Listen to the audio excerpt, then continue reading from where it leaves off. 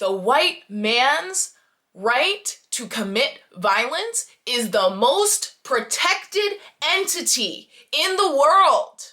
Hello, beautiful people, and welcome back to my channel. My name's Kira. Subscribe if you're new, and without further ado, let's get into today's video. So I'm making this video because I was just on Instagram and I came across a list of all of the names of the victims from the Atlanta shooting, and I immediately started crying. Because I actually looked and read every name. And as you read, it's interesting when you read the names of people who have been killed, especially so violently. If you're an empath, it gives you quite a feeling. Like, you can't really not feel like a crippling amount of despair for these people, not just because of how they died, but why. And this is a symptom of misogyny and racism. That's what killed them. Yes, one man did it, but he's embodying an energy that is all around us. This is not an isolated incident. Asian hate crimes have gone up wildly since the beginning of COVID. And if you are going to kid yourself into thinking that if you voted for Trump, you aren't partly responsible for that, don't. Just don't. Don't kid yourself. We're not fooled. But the reason it started to really get to me was because, I'm reading all of these names, and then I'm reading the story, and I know that, a white man did it. And it's just so crazy to read the story of how the police were saying it was just, he just had a bad day. And, he said it wasn't a hate crime, so it's not a hate crime. You really think the killer is the best person to ask if they committed a hate crime? Pardon me? So much of the world's problems can be seen in just what the policeman said about the incident. Because not only is he giving so much credit to the killer already, because he's a white man, he gives him credit to identify if it's a hate crime or not, even though he's clearly not okay. He just killed 8 people. We're gonna listen to him? Well, yeah, of course we're gonna listen to him, because he's a white man. And he had a bad day. So quick to empathize with the white man who you arrested alive. You didn't kneel on his neck for a counterfeit $20 bill. No. He shot people, but you arrested him alive. You didn't kneel on his neck. And then you believe what he says. And it's chalked up to a bad day, the loss of all these lives. So many of the world's problems are seen just in that little back and forth. What does society value most? Yes, the white man, obviously, but just as much, if not even a notch higher, the white man's ability and right to rage. Society values that above all else. The white man's ability and right to rage and commit acts of violence, whether that be on the tiniest scale, whether that be verbal abuse, or misogyny, racism, mass shootings, school shootings, all of this stuff. And it also encourages that. Because who are all these mass shooters? If you were looking at a collage of all the faces of mass shooters, you know what they would look like. You don't need to see it, right? You know what it would look like. That's the thing. You know already. You know already that it's all white men. You know already. You don't need to see it. And we all know that. And yet we are just still letting it happen. Obviously not me. And probably not you either. On a smaller scale, I'm doing the best I freaking can.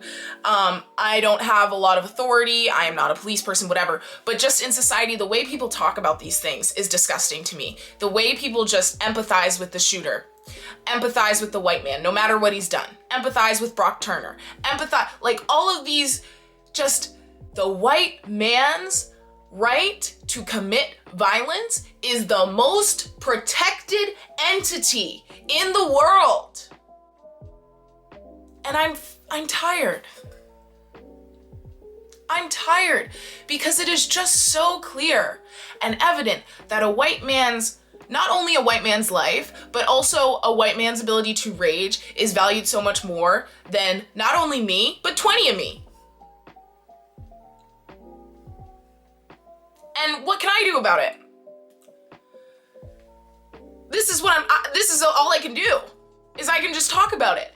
How am I supposed to move through the world knowing that? You know what I mean? And it's just so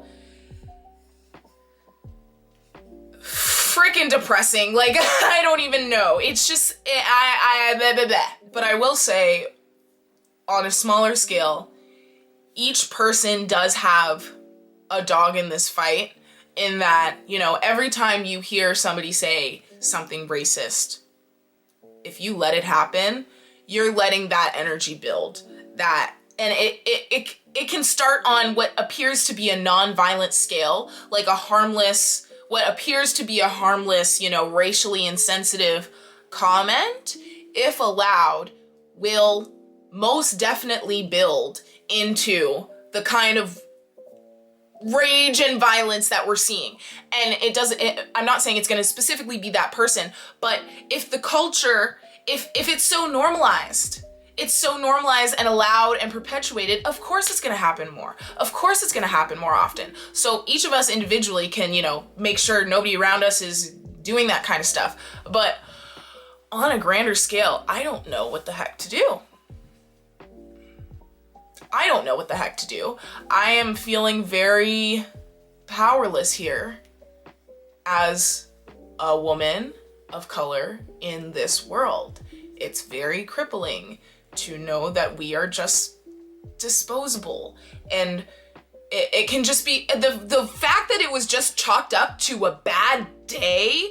And it's just, when you think of, it's a pattern. Once you start to think of how these people talk about the horrific acts that these white men have done, because I'm thinking back to Brock Turner and the Brock Turner case. Well, his act, this one thing, shouldn't ruin his entire future.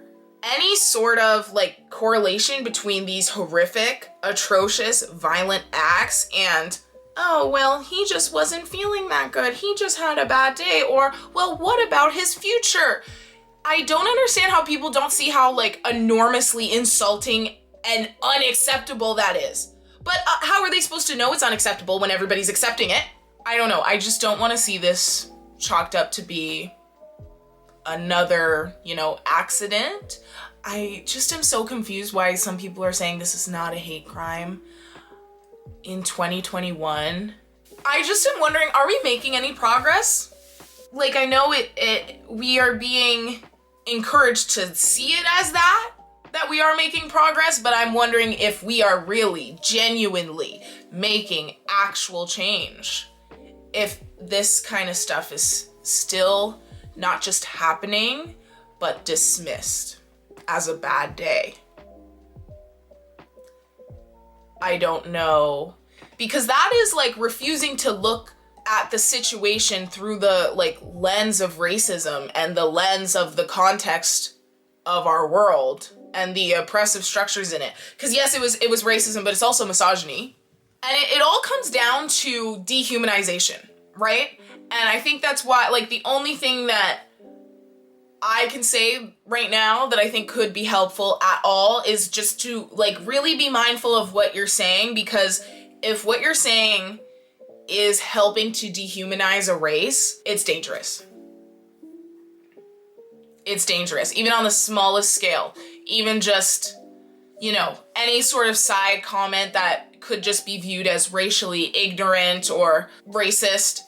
But if it's just a comment and it doesn't even seem violent, any sort of dehumanization towards a race is going to let violence against them be more easily justified.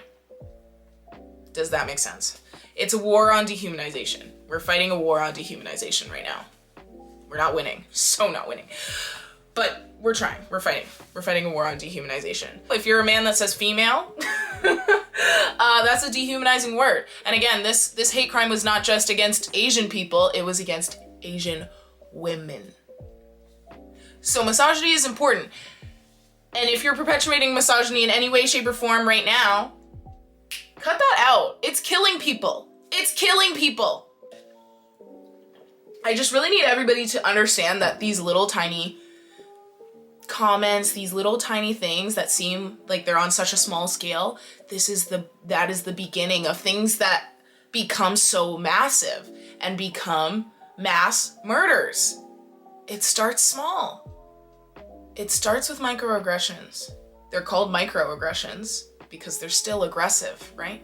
They're micro aggressions lead to aggression. So pay attention. Pay attention to what you say. Pay attention to what people around you say. And if they're saying something that could dehumanize anybody, nix it. Tell them to cut it out. We're not doing that. It's 2021. Yes, but I think that's all I have to say. I just had to get that out. So thank you so much for watching. Make sure to like and subscribe. Comment a purple heart if you watched till the end of the video. And I will link all my stuff below, Instagram, TikTok, @KiraBria. Thank you so much for watching, and I will see you next time. Bye.